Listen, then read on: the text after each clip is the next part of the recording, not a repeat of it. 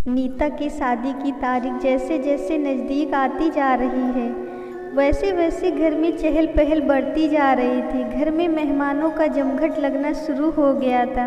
नीता ने भी अपने मन में होने वाले ससुराल के प्रति कई सपने पाल रखे थे। कई बार वो अकेले में ससुराल के बारे में सोचकर मन ही मन घबरा जाती थी, लेकिन अपनी ये घबराहट बड़ी सफाई के साथ छुपा भी लेती थी। इंसान की बनाई हुई ये बड़ी अनोखी परंपरा है, जिसमें एक लड़की को शादी के पश्चात अपना घर त्यागना पड़ता है। घर ही क्या, घर से संबंधित हर चीज़ पर नैतिक रूप से उसका अधिकार समाप्त समझ लिया जाता है। अपने माता पिता, भाई बहन के साथ साथ उसे उस हर चीज़ को भुलाना पड़ता है जो उसे बहुत प्यारी होती है। परिस्थितियों के लिए उसे बचपन से ही तैयार किया जाता है और समझाया जाता है कि ये घर उसका नहीं है, उसे शादी के बाद अपना घर जाना है। पता नहीं इस परंपरा का जन्म कब, क्यों और किस लिए हुआ है। नीता बड़ी बहादुर लड़की थी तथा उसने भी दूसरी लड़कियों की तरह इस घड़ी के लिए अपने आप को तैयार कर लिया था, परंतु उसका कोमल मन कई बार लाख कोशिश करने के बाद भी बेचैन हो जाता था। वक्त गुजरते गुजरते नीता के पराई होने की बेरहम घड़ी भी आ गई और अश्रुपूर्ति विदाई के साथ नीता ससुराल के लिए विदा हो गई। पूरे रास्ते उसे अपने सभी प्रियजनों की याद सताती रही। रह रहकर उसे भावी ससुराल के प्रति अपनी माँ से मिली शिक्षाएं याद आने लगी। माँ ने बचपन से ही नीता को यही सिखाया था कि शादी के पश्चात अपने सास ससुर को माता पिता समझना, देवर व ननद को बहन भाई समान मानना। ससुराल में लड़की की डोली जाती है और फिर वो अर्थी पर ही निकलती है। ये सब बातें सोचते सोचते नीता का ससुराल आ गया। घर में नीता का सत्कार हुआ। किसी ने कहा घर में लक्ष्मी आ गई, तो कोई बहू की सुंदरता की तारीफ कर रहा था। कुछ दिनों पश्चात सभी मेहमान भी घर से जा चुके थे और फिर जिंदगी अपने स्वाभाविक रूप से चलना शुरू हो गई थी। नीता के इस नए घर में उसके सास ससुर के अलावा एक ननद और एक देवर भी थे। ननद व देवर दोनों के करीब 7-8 वर्ष के थे।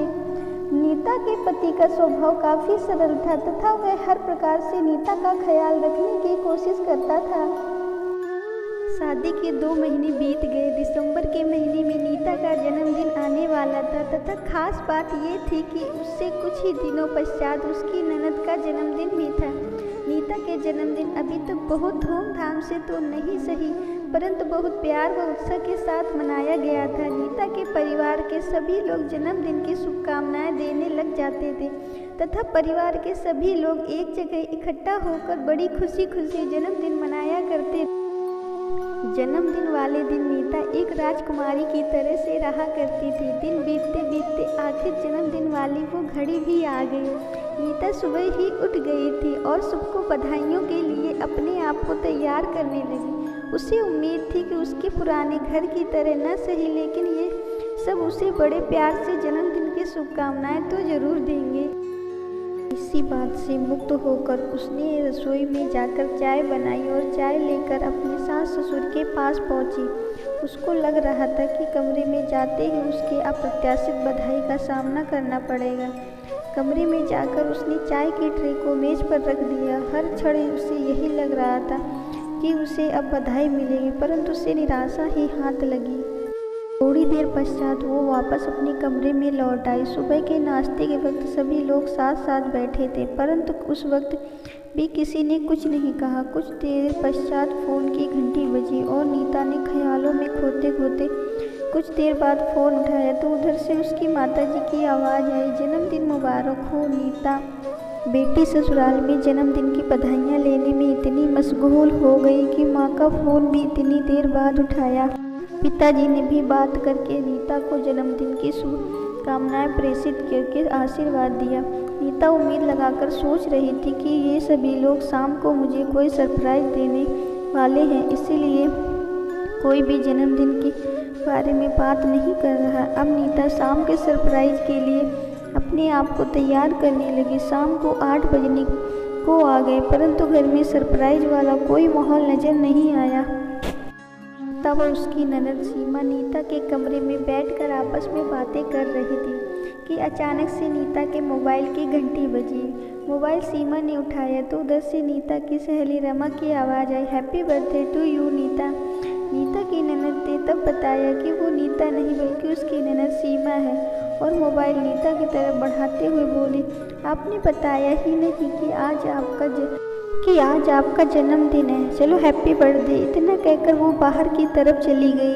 नीता ने अपनी सहेली रमा से काफ़ी बातें की और जैसे ही उसने मोबाइल रखा नीता के सास ने कमरे में प्रवेश किया और बोली, अरे नीता, तुमने बताया ही नहीं कि आज तुम्हारा जन्मदिन है। फिर पर्स से 100 रुपये निकाल कर नीता की हथेली पर रखे और नीता के जन्मदिन की शुभकामनाएं देकर चली गई। नीता ने सोचा कि शायद ये लोग बहुत सरल स्वभाव के लोग हैं जो इन चीज़ों में ऐसे ही मनाते हैं। नीता ने इस तरह मिले आशीर्वाद को सर माथे पर ले लिया। दिन बाद घर में चर्चाएं शुरू हो गई कि सीमा का जन्मदिन आने वाला है तो क्या क्या करना है, कैसे करना है, खाना क्या बनाना है आदि। सीमा के जन्मदिन के एक दिन पूर्व सभी ने उसका जन्मदिन अच्छी तरह से याद था। सुबह जैसे ही सीमा की आंखें खुली सभी लोगों ने कमरे में खड़े होकर गाया, हैप्पी बर्थडे डियर सीमा। पिताजी ने सीमा के सिर पर प्यार से हाथ फेरते हुए उसे 500 रुपये दिए और पिताजी ने उसकी ख्वाहिश पूछी। शाम को छोटी सी दावत का आयोजन हुआ जिसमें एक बड़ा सा केक काटा गया। घर वाले और सभी मेहमानों ने सीमा के जन्मदिन की पुनः बधाई दी।